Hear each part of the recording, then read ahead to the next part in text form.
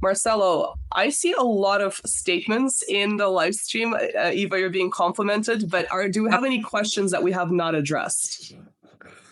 Well, not address, not well, yeah, a couple, but we kind of address as we go, as we've been going. As we go, exactly. She mentioned a lot of. So there are three questions, and they are consecutive. It was perfect. I made a print of it so I could not lose them on the way. That caught my attention on the beginning of the stream, which were, so who cares? That's a screen name. That's a screen name of someone that's always not the question. Not the question. Okay. It's not the question. So who cares asked crazy. So they actually like communism in Venezuela.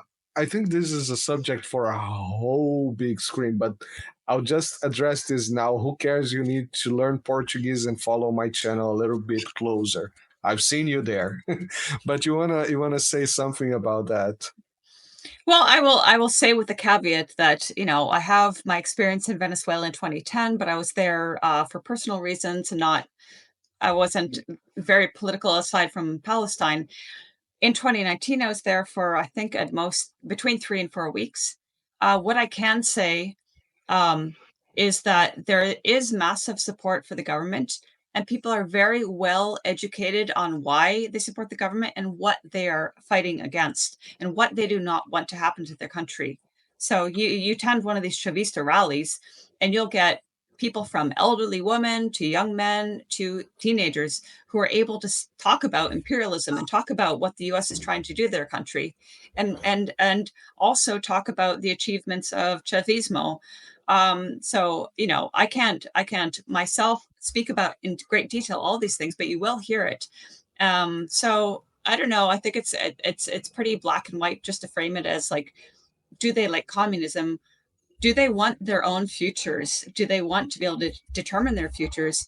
And I'll admit my own ignorance. You can chime in, but like, I didn't know that prior to Hugo Chávez, the Afro Venezuelans and the indigenous Venezuelans were treated like subhumans. I didn't know that they were so oppressed. And sorry, I'm not laughing at it, but it's just like, it's pretty shocking. I didn't know that until 2019. So there's my ignorance, right? But there's so many reasons why they support this Bolivarian government.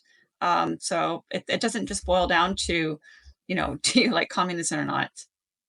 No, exactly. The term that's why I said this is probably not a good question, but I would like to address it anyway, because the term communism is completely useless on this question.